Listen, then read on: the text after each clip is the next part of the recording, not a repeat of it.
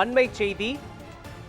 தமிழ்நாட்டை சீண்டுவது தீயை தீண்டுவதற்கு சமம் என்று உதயநிதி ஸ்டாலின் தெரிவித்திருக்கிறார். இது தொடர்பான விவரங்களை வழங்குவதற்காக நமது செய்தியாளர் சாமுவேல் எபினேசர் இணைப்பில் இணைக்கிறார். சாமுவேல் எபினேசர், இது தொடர்பான விவரங்களை பதிவு பண்ணுங்க. மோகன், தமிழ்நாடு துணை முதலமைச்சர் உதயநிதி ஸ்டாலின் தனது எக்ஸ் தள பதிவில் கருத்தினை பதிவிட்டிருக்கிறார்.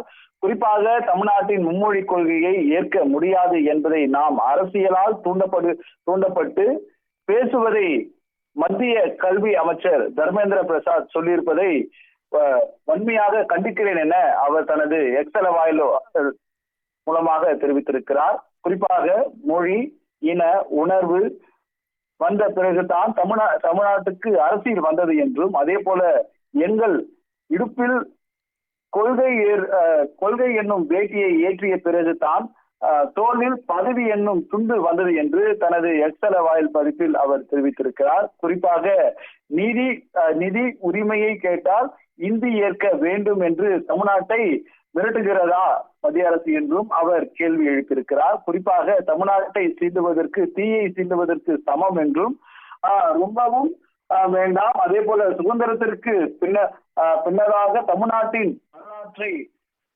படித்தாலே இது உங்களுக்கு புரியும் என்றும் அவர் தனது எக்ஸ் தள பதிப்பின் வாயிலாக தெரிவித்திருக்கிறார். இதைத் தொடர்ந்து மாநிலங்களில் சேர்ந்து உருவாக்கியதுதான் ஒன்றிய அரசு என்றும், எங்கள் குழந்தைகள் கல்வியை நீதியை தான் நாங்கள் கேட்கிறோம் என்றும் அவர் தெரிவித்திருக்கிறார். இந்த நிலையில் நீங்கள் கேட்கும் இடத்தில், நீங்கள் கொடுக்கும் இடத்தில் நாங்கள் பெரும் இடத்திலும் இருக்கிறோம் என்று நினைத்து தலகணம் வேண்டாம் என்றும் அவர் தனது எக்ஸ் தள பதிப்பில் தெரிவித்திருக்கிறார். தமிழ்நாடு பொறுக்காது என்று அவர் தனது எக்ஸ் தள வாயில பதிப்பின் மூலமாக மத்திய அமைச்சர் தர்மேந்திர பிரசாத் சொல்லியிருக்கும் கருத்திற்கு வன்மையாக கண்டிக்கிறோம் எனவும் அவர் தெரிவித்திருப்பது குறிப்பிடத்தக்கது.